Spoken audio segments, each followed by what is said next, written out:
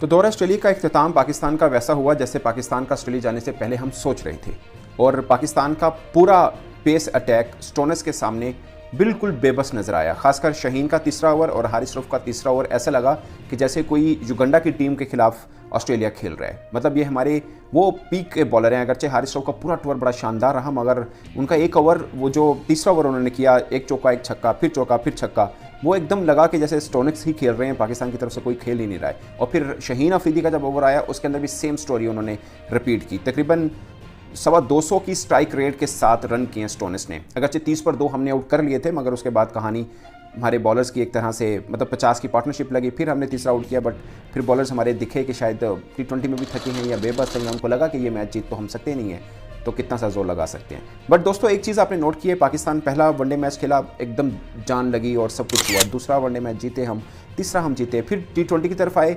I don't know format change हुआ है या हमारे खिलाड़ियों का जो स्टेमिना है वो आहिस्ता आहिस्ता कम होता गया है, क्योंकि इस पूरे सीरीज़ के अंदर 3 बॉलर हैं जिन्होंने 6 के 6 मैचेस खेले हैं, 3 वनडे 3 T20। उनमें एक नसीम, हारिस और ऑस्ट्रेलिया की तरफ से जंपा।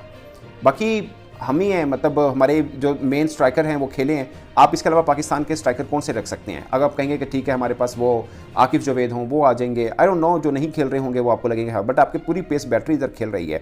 नसीम नहीं खेलेंगे अच्छे, हारिस और शहीन खेल रहे हैं। आज जहांदाद को चांस मिला है, अब्बास अफरीदी ओवरऑल उन्होंने भी T20 में ठीक बॉलिंग की है। पाकिस्तान की बैटिंग की बात करें तो पावर प्ले के अंदर पाकिस्तान बहुत बेहतर खेला था। 6 ओवर के अंदर 58 रन किए तो सिर्फ 1 विकेट गवाई थी। एक तरफ लगा था जब हसीबुल्ला और बाबर आजम खेले कि पाकिस्तान आज कुछ बड़े रन कर सकता है, मगर सिवाय बाबर आजम के और कोई बल्लेबाज टिका नहीं है। और एक और 20 पाकिस्तान की तरफ से बनी थी, मगर ओवरऑल पाकिस्तान की परफॉर्मेंस कुछ खास नहीं है। हसीबुल्ला खेले हैं, 2-3 बाउंड्रीज जरूर लगाई है, मगर सब रिस्की शॉट्स थे। शायद एक शॉट उन्होंने थोड़ा बेहतर खेला था, बाकी वो भी काफ़ी रिस्की शॉट खेल रहे थे। और इसके अलावा कोई बल्लेबाज जम के नहीं खेला। अगर हम सलमान आगा की बात करें, तो पूरे वनडे और T20 में, अगर से वनडे में सिर्फ एक में उनकी बारी आई और उनमें T20 के 3 मैचेस काउंट करें तो सिर्फ 5 रन किए। अगर वनडे के भी काउंट कर ले तो 17 रन उन्होंने किए हैं पूरे इस ऑस्ट्रेलिया टूर के अंदर। अगर 2 वनडे मैचेस में उनकी बारी नहीं आई है, और सलमान आगा नायब कप्तान है, ये बात इसलिए खास है। और चूंकि पाकिस्तान के T20 में उनकी शमूलियत के ऊपर भी एक क्वेश्चन मार्क रहता है कि वो थोड़े टेस्ट के या वनडे फॉर्मेट के बल्लेबाज हैं। मुझे लगता है कि शायद एशियन कंडीशन में T20 भी शायद थोड़ा बेहतर खेलेंगे, और टेस्ट का मुझे लगता था कि वो स्ट्राइकर थोड़ा बेहतर बना लेते हैं,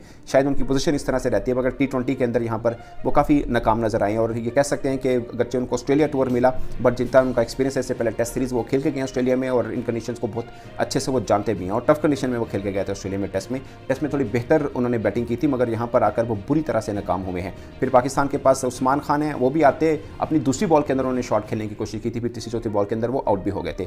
हसीबुल्ला थोड़ा सा करंट नजर आया, मगर ओवरऑल पाकिस्तान की बैटिंग बिल्कुल रेत की दीवार तरह नजर आई। आज बाबर आजम थोड़ी अच्छी फॉर्म के अंदर लगे, मगर जंपा ने उनको आउट किया। मुझे याद है एग्जैक्टली इसी तरह जंपा ने एक बार विराट कोहली को क्लीन बोल्ड किया था, बट जिस सिचुएशन के ऊपर बाबर आजम आउट हुए वहाँ पर दूसरे एंड से विकेटें गिर रही थी। फिर बाबर आजम के आउट होने के बाद तो सारी उम्मीदें दम तोड़ी। अगेन पाकिस्तान का जो लोअर ऑर्डर जैसे इस T20 के अंदर खेल रहा है, एग्जैक्टली वैसा ही खेला है।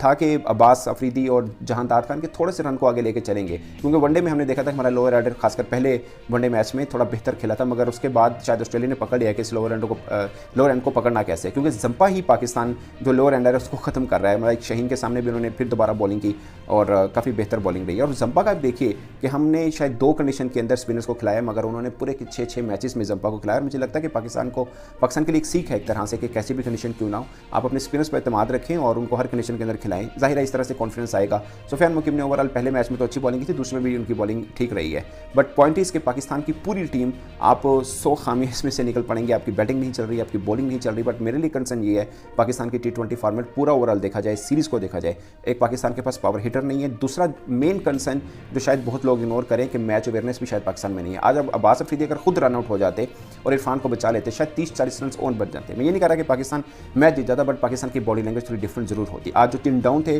शहीन के या हारिस रऊफ के, खासकर तीसरे चौथे ओवर में, शायद वो कंडीशन ना रहती, आपके पास कुछ रन होते डिफेंड करने को। मैच अवेयरनेस पाकिस्तान का बहुत बड़ा प्रॉब्लम है, खासकर लोअर एंडर जब आते हैं या मिडिल ऑर्डर के बाद जब बारी पाकिस्तान की शुरू होती है। दूसरा, पाकिस्तान के पास पावर हिटर नहीं है, और तीसरी, पाकिस्तान के पास T20 में डेथ ओवर का बॉलर एक बड़ा कंसर्न है। आपके मेन स्ट्राइकर बॉलर को रन होते हैं जब डेथ ओवर की बारी आती है। आज शहीन ने नए बॉल के साथ अच्छी बॉलिंग की, मगर तीसरा ओवर उनका बड़ा खौफनाक रहा। और सेम हारिस रऊफ जो पूरे ऑस्ट्रेलिया टूर के अंदर बड़ी शानदार बॉलिंग करते रहे, आज उनका तीसरा ओवर बड़ा खतरनाक था। था। लगभग 20 रन तो खाली बाउंड्री के बटोरे थे स्टोनिस ने, जिन्होंने तकरीबन 230 की स्ट्राइक रेट के साथ रन किए। ओवरऑल पाकिस्तान के लिए ऑफ कोर्स एक डोना ख्वाब साबित हुई T20 सीरीज़, और आज कप्तान भी बदला, मगर किस्मत पाकिस्तान टीम की नहीं बदली। आपको क्या लगता है, टीम पाकिस्तान को कामयाबी के रास्ते पर चलने के लिए क्या क्या चेंजेस ज़रूरी हैं? अपनी राय कमेंट बॉक्स में जरूर बताइएगा। मेरी तरफ से इतना ही, इजाज़त दीजिए। अल्लाह हाफ़िज़।